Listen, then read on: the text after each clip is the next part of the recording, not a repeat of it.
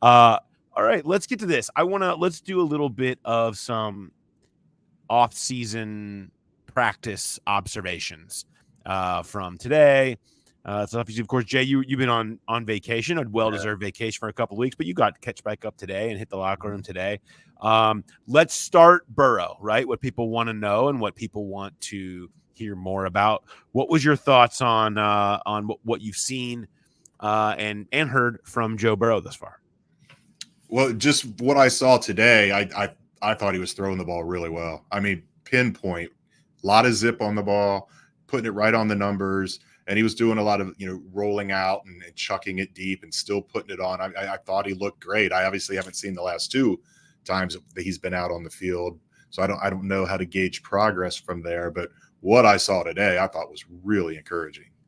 Yeah, I feel like he continues to look really good. Yeah, And that is what people, I think, partially expect. I think he's doing more than probably you would have thought he was going to be doing. And yeah, every single sign. This is great. Like you stand there and you watch. He's rolling. He's throwing deep against his body movement. He's throwing short. He's throwing long. He's doing every type of thing off platform. He's doing a ton of stuff. And you're seeing that snap of the wrist on a lot of those throws, where it feels like almost like he's emphasizing that part, because he is, and understandably. But so that's all like great. Everything you're seeing right now about Burrow and his situation, to me, is fantastic. You can't ask for being in a better spot, I think, all things considered, than you are right now based on what our eyes have seen through 3 weeks now or whatever. That said, you're not home yet. And I have to say this every single time. I'm contractually obligated to point out, like, it's about the process. It's about the long haul. Still haven't had to go against a defense yet. You want to see what it looks like when you're trying to thread the needle in August, or when you're trying to hit that small window down in the deep out, and how consistently is that happening. He's so pinpoint accurate and so precise in the way that he plays the quarterback position, that you want to see that play out against defenses in that spot, knowing that he is putting the ball exactly where he wants to be putting it consistently. And that means defenses, that means in August, that means when you're just seeing that happen in more of a game type and environment in practice. We're just not there yet. There's no way to judge that perfectly right now. What we can judge is seems to be ripping it pretty good, and that's a good sign for where you wanted him to be at today. Yeah, I mean, even if you just say, "Oh, his track record is he's going to be fine," and you're looking at him right now saying, "Oh, there's a ways to go, but it's still early." I still don't think to be panic, and that's not the case. It doesn't feel like there's a long way to go. There's just a proving ground to go, like you said. Once there's actual defenders trying to bat down the passes and run with the receivers, then we'll see a little more. But yeah, I don't know. He even kind of practiced with a swagger today. It just looked like he was out there having a good time and letting the off-platform throw where he's rolling to the right and he lets it rip, and then he just kind of does that little head bob jog back to the pocket for the next play, and it looked like Joe Burrow that we're used to seeing. Jay likes the head bob nod, likes it, the swaggy nod. It's true though. I mean, there is a certain, you can sense his confidence out there, because there's no throw, no angle that he's not afraid to do. I mean, there was one where, it was a play action, over right tackle, where he's swinging back around to the left tackle side. And, where you'll see a lot, then you'll throw that deep ball to the deep left pylon or something.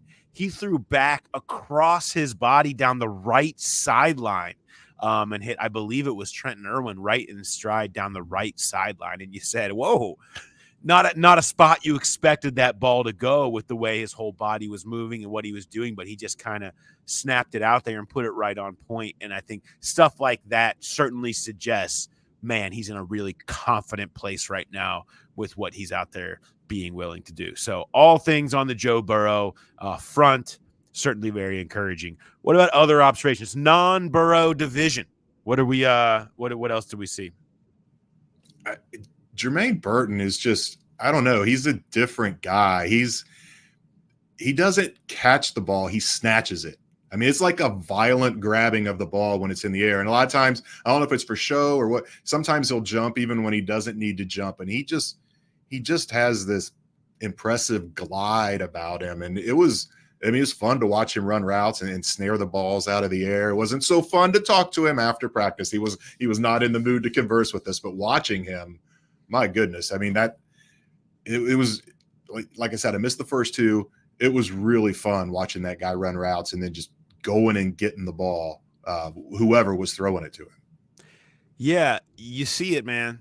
I mean, Yeah. you do see it on the field. And granted, you mentioned, I mean, afterwards he was very short, the exact opposite of what he kind of was at rookie minicamp, where he was almost holding court almost with everybody and very interactive and a joy of an interview. I think today he was either it's just been a long day or a long week, or just for whatever reason he wasn't into it today, but he wasn't into it today. People have bad days. I'm not going to hold it over his head at all, but shorter, but pointing out like, look, yeah, you're really crushing it against air. And he's like, yeah, just running around. He's like, I don't really feel like I've done anything yet. I don't think I've shown anything because I haven't even gone against defense yet. And that was his point. I think is let's stop it with all of this. And I think that's fair. I think, these guys know how they're judged. They're not judged by how they look striding into open spaces. It looks nice. He looks the part without question. But I think you're going to be looking to see a little bit more, and he's looking to see a little bit more what he can prove when the defense lines up across from them. But yeah, I agree with you. I think certainly looks good there. I'll go on the other side of the receiver room to you. And I don't know if it's me looking for this or just the physical change that you see. I think Andre Iosivas looks great, man. I know that he's kind of become a bit of a forgotten name in all of this Bengals receiver talk that's been so hot. We spent so much time talking about how they can use Chase more and his contract situation, and where's T and his contract situation. And oh my gosh, they drafted Jermaine Burton. What are they going to do with him? And can Charlie Jones do something? And then I feel like here's Andre Iosivas, who had the best rookie year of, certainly in the top of the whole draft class last year, and certainly in terms of going above expectation, ready to make a year two jump, shows up looking impressive physically in terms of being in the shape that you expect a player of his size, speed, and stature to look. And he's gliding, he's snatching the ball, he looks confident in his routes. I'm intrigued. I'm currently buying today what I'm seeing running against air from Andre Iosivas. So this is the Mo Egger alert, summer darling moment here. I don't, Mo and I talked about this the other day. I mean, I wrote about Cole Burgess, who's going to be this year's winner of the Mo Egger Award potentially when the undrafted kid out of Cortland starts making a few plays and they get tweeted to Mo. But I do look at Iosivas. Maybe he could be back-to-back winner of the Mo Egger Award for the summer darling of the receiver room, because he was last year, and maybe he can be again this year. I feel like he's a bit forgotten, and I'm excited to see what his year two looks like, because what it currently looks like in these early stages is pretty impressive in my mind. Yeah, and he's got the two things that you need to excel at this level, and obviously the physical tools. He's not short on confidence at all. For a 6th-round guy and coming out of the Ivy League, and what the Bengals tweeted something yesterday, I believe it was, says, "Do you want to see some Andre Iosivas?" And he retweeted it and said, "You're going to be seeing a lot of me." And it reminded me last year of training camp. He was over signing autographs for some kids, and I went over and was taking some pictures of him signing the autographs, and one kid said, "What's your name? I don't know who you are." And he said, "You're going to know who I am before too long." And it's just, he's just got that aura about him, and he does. He's got supreme confidence in his abilities, and we talked about it. That was a big stamp of approval for him, that they only drafted one wide receiver. If they had drafted two, you're thinking about he's got a real camp battle on his hands, and now it seems like, I don't want to say he's a lock, but he's as close to a lock as you can get. I really think that he can not just make this 53, but be active on game day. And we will see a lot more of him in the games. He did well when he was called on last year. He just wasn't called on that often. You're going to see his number called a lot more this year. I think a competitive spot for Andre Iosivas right now is what's happened when one of Jamar T has gone down in the past, right? We saw Trent Irwin has been the one to step in and take those reps. That could be Iosivas, very much so. I mean, and you could really get excited, and then if he could put in a good year in whatever that absence is, whether it's for Jamar or for T, or because of injury, or maybe he just works his way into some sub package stuff. And we saw what he did in the red zone when they gave him shots last year. If that can turn into something, then you're talking about 2025 and who's going to replace T. Higgins differently. You always knew that the concept of Andre Iosivas doing that was far-fetched, in that it was going to take multiple years for him to develop into that type of a player, given how raw he was coming out of Princeton. He proved to be not that raw, and if he can take a solid foundational year from last year and build on it to the level that they hope he might, then you can start to have very real conversations about what that looks like next year. And I think he's, for today, on his way, I guess. And my Charlie Goldsmith and I from the Inquirer were discussing, we were laughing today because we're like, oh man, who's going to be your winners and losers from the off season? It's like, I don't know. Last year's winners were, let's see, it was Brad Robbins and Zach Carter. So careful now on who we're declaring winners and who we're declaring losers. There's a long way to go, and these thoughts rarely connect to the season. Let's do one more. You have one more takeaway from today? It was subtle, and I know I was probably in the minority, but I was watching. They were doing punt drills, and the new guy, Austin McNamara, he hit a couple where the sound, just the thud off of his foot was very different. Now they were doing this weird drill where Darren was throwing all kinds of snaps at the underhand snaps from close range at the guys, and they were trying to get the holds down, and then either Cal or Evan McPherson would be behind him and like swatting the ball back to the other guy. And it was like a assembly line, and they would pitch it to Darren, and he'd flip another one. And McNamara struggled on some of the holds. And Darren always talks about with a punter, that's half the job, is being the holder. But I think it's going to be really, really intriguing to watch this battle, because I do expect Brad Robbins to be better.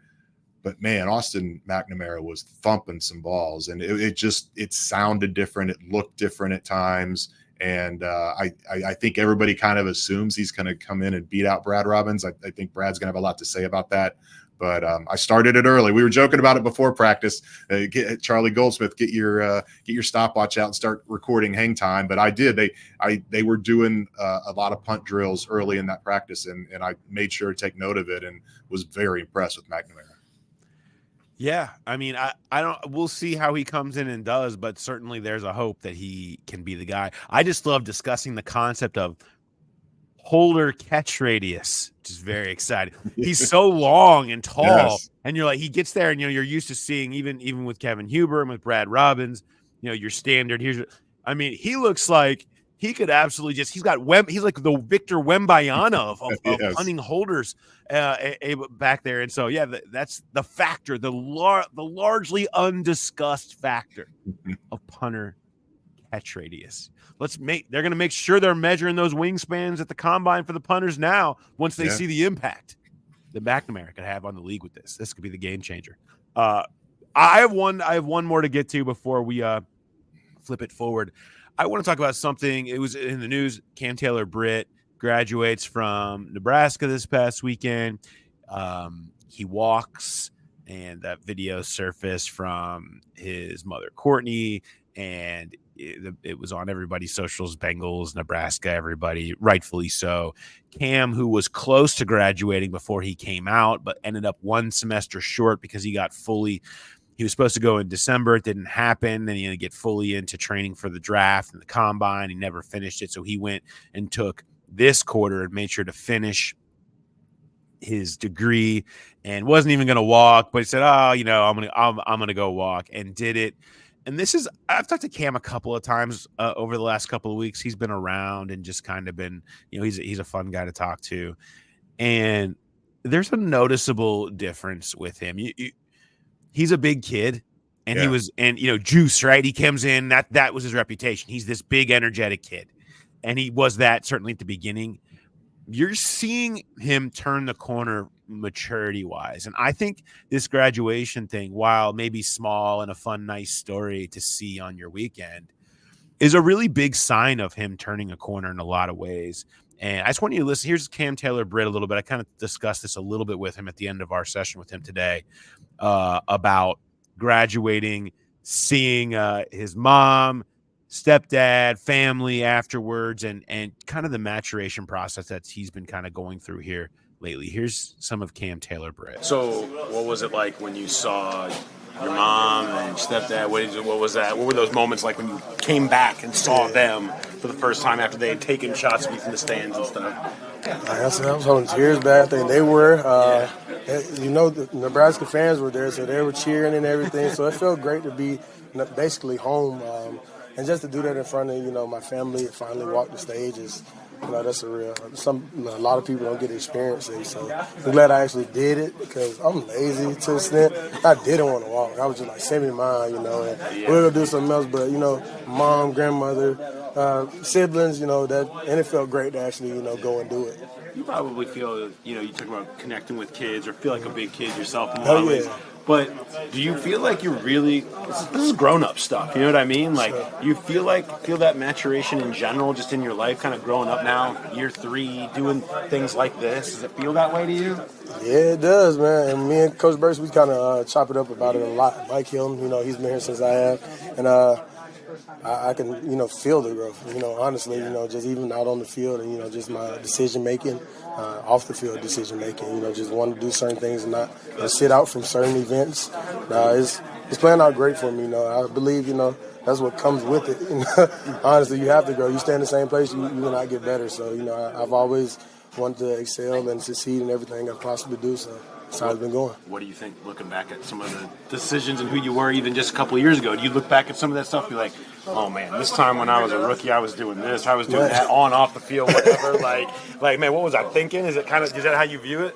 That's exactly how I view it. And I tell the rookies we have now, just ahead of time, some stuff to even go and look out for or just not to do or what to do. And in this situation, somebody says something to you, how to handle it, just so you don't, have this in your head, this person doesn't like me or, he's talking to me this type of way because of this. But in all reality, man, certain things and certain, people that there's ways to deal with things. And, I try to, get them to run down ahead of time, to keep them on their toes, man. P's and Q's, like I say. So what's the best individual piece of advice that you give to a rookie in the room? Like, what would you tell, Newton or one of these guys? Honestly, you can't listen and talk at the same time. Yeah. So, of course, you want to ask questions and this and that, but you most definitely have to gather the information, and in a way that, you understand it. You can dumb it down to how you want to, so that you can understand it, but most definitely you can't listen and talk, gain the information, process it, and then, take action.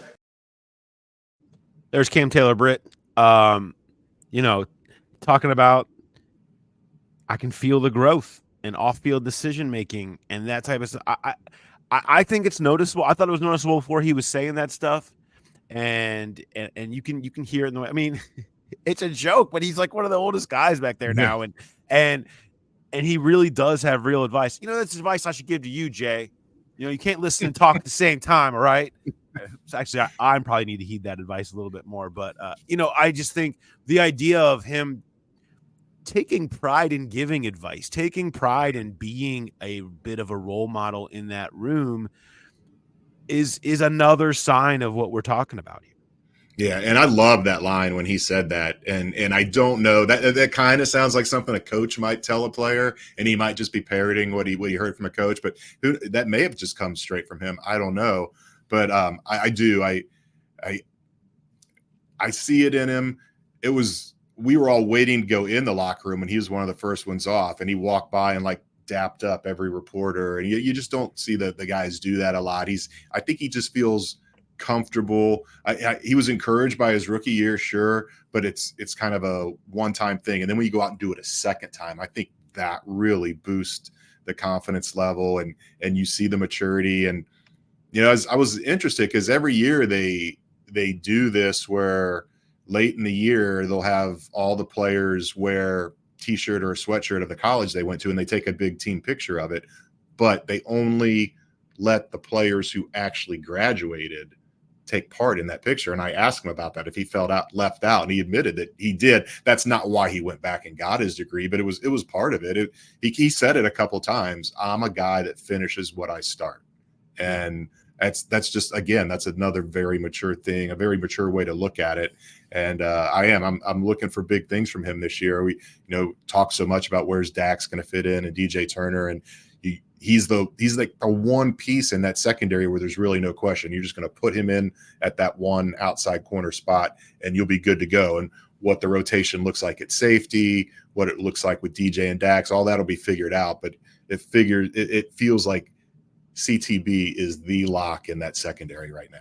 Yeah, it's one of the more under-discussed aspects of this Bengals defense is that he was playing so good before that injury last year. I mean, he was playing Pro Bowl level stuff, getting picks all over the place, changing the courses of games. And that was with all the chaos that was happening around him at safety and those other positions that was becoming a excuse and a crutch for some other players on that defense, but not for CTB. He was really playing well, and I think he knows that he has a chance to really take off this year, and I think he can be. I think he can. We always do that. Who's going to be the first time Pro Bowler this year on this team? Who's the big first? I think he is clearly the guy who has the ability to be the next star on this team that isn't already considered one. And so I it's one of the more under discussed. And then if that happens, let's hope we don't have to go down the road where we're talking about Cam Taylor-Britt situation is identical to T. Higgins and to Jesse Bates. Hopefully that's one that they can get done. Maybe it ends up being a different situation, but I'm not going to go there yet. I'm not going to put that fear into Bengals fans just yet. Just get through this one.